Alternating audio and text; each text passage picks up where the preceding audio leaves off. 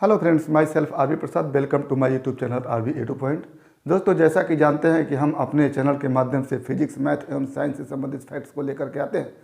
तो यदि आप हमारे यूट्यूब चैनल पर पहली बार है तो प्लीज़ चैनल को सब्सक्राइब कर लें।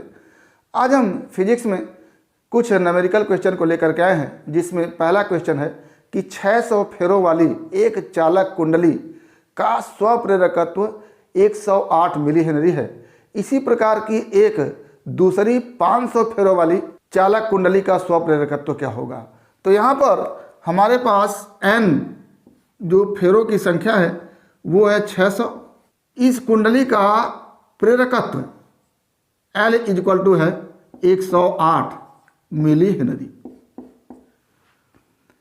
अब एक दूसरी कुंडली है जिसमें फेरों की संख्या 500 है और इसका L पूछा गया है, L इक्वल टू व्हाट।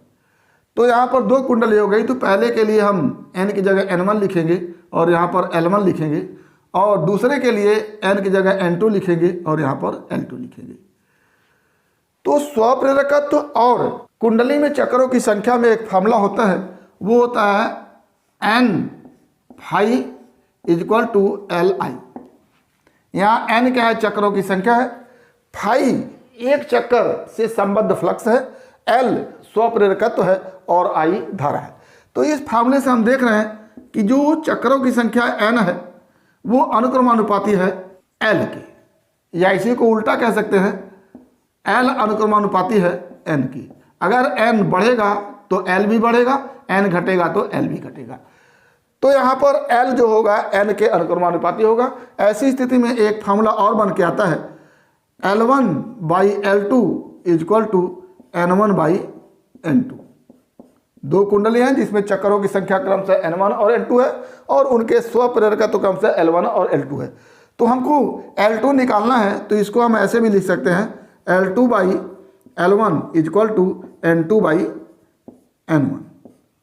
हमारे पास L1 का मान मालूम है 108 है, तो लिखेंगे L2 by 108 equal to N2 500 बटा N1 600।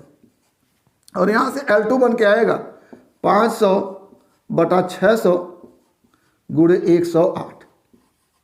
ये दोनों जीरो कटेगा यहाँ से और ये हो जाएगा 6 इकाई 6, 4 6 8 48 और ये हो जाएगा 18 55 90 मिली हेनरी। तो ये हमारा हो गया आंसर। तो इस तरह का सवाल आप करेंगे। अब दूसरा सवाल हमारे पास है, एक लंबे सीधे तार में 12 एम्पियर की धारा प्रवाहित की जा रही है, तो 40 सेंटीमीटर दूर चुंबकीय क्षेत्र की तीव्रता क्या होगी। तो एक तार हमारे पास है इस तरह से और इसमें 12 एम्पियर की धारा प्रवाहित हो रही है। इससे 40 सेंटीमीटर की दूरी पर, ये अगर 40 सेंटीमीटर हो तो 40 सेंटीमीटर की दूरी पर हमको चुंबकीय क्षेत्र की तीव्रता B ज्ञात करनी है।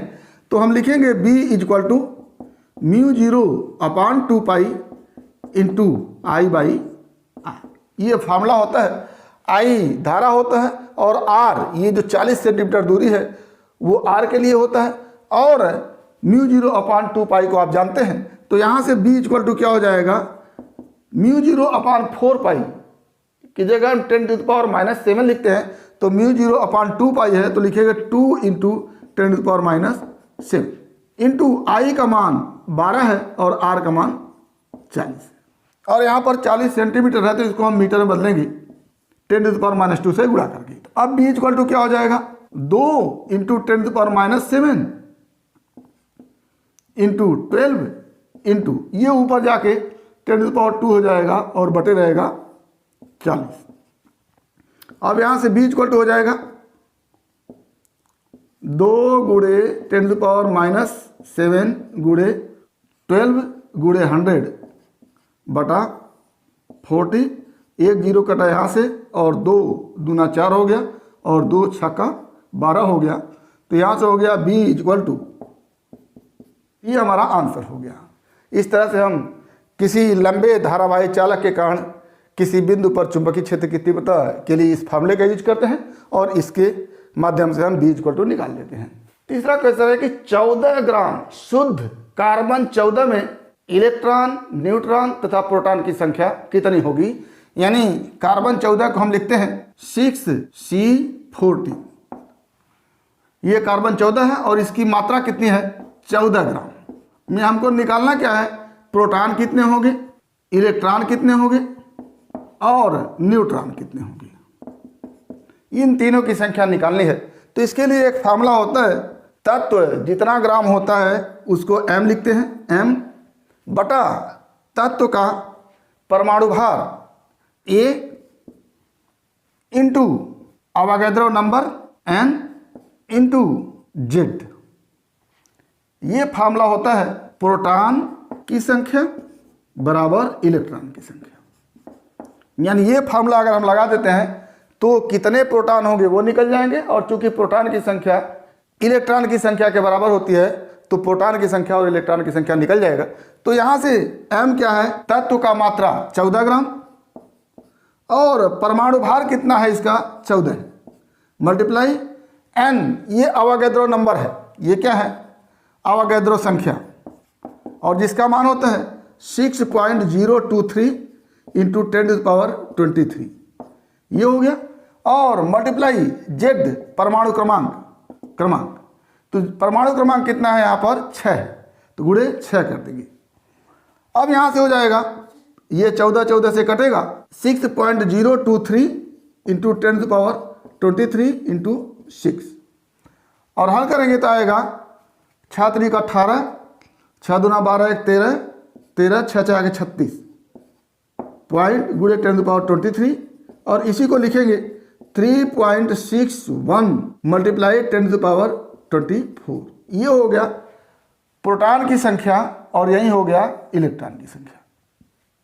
और आगे न्यूट्रॉन की संख्या निकालना होगा तो उसके लिए फार्मूला रखेंगे, तत्व की मात्रा m बटा परमाणु भार A into Avogadro number n into परमाणु भार A माइनस परमाणु क्रमांक Z। ये होता है न्यूट्रॉनों की संख्या। तो यहाँ से क्या हो जाएगा, वहीं 14 है और परमाणु भार भी 14 है, इंटू 6.023 इंटू 10⁻23 इंटू A है 14 और Z है 6, किससे गुणा कर देंगे 8 से गुणा कर देंगे। क्या हो जाएगा 14 से कटेगा 6.023 इंटू 10⁻23 इंटू 8 हो गया, 8 3 का 24, 8 दूना 16 2 18, 18 8 6 48 गुणे 10⁻23, और इसको हल करेंगे तो आएगा 4.81 या 82 मल्टीप्लाई 10⁻24। ये आंसर हो गया हमारा। तो ये न्यूट्रॉनों की संख्या हो गई और ये क्या हो गया, प्रोटॉनों एवं इलेक्ट्रॉनों की संख्या हो गई। तो इस तरह से हम सवाल को करेंगे। तो उम्मीद करते हैं कि निश्चित रूप से इस वीडियो क्लिप से आपको लाभ होगा। इसी तरह के और सवाल के लिए आप हमारे YouTube चैनल को सब्सक्राइब कर लें, ताकि आने वाले वीडियो क्लिप में जो भी हम सवाल देते हैं वो आप तक पहुंचता रहे। तो आज बस इतना ही। अगला टॉपिक अगले वीडियो क्लिप में। एक बार फिर आपके भविष्य के लिए बेस्ट ऑफ लक। धन्यवाद।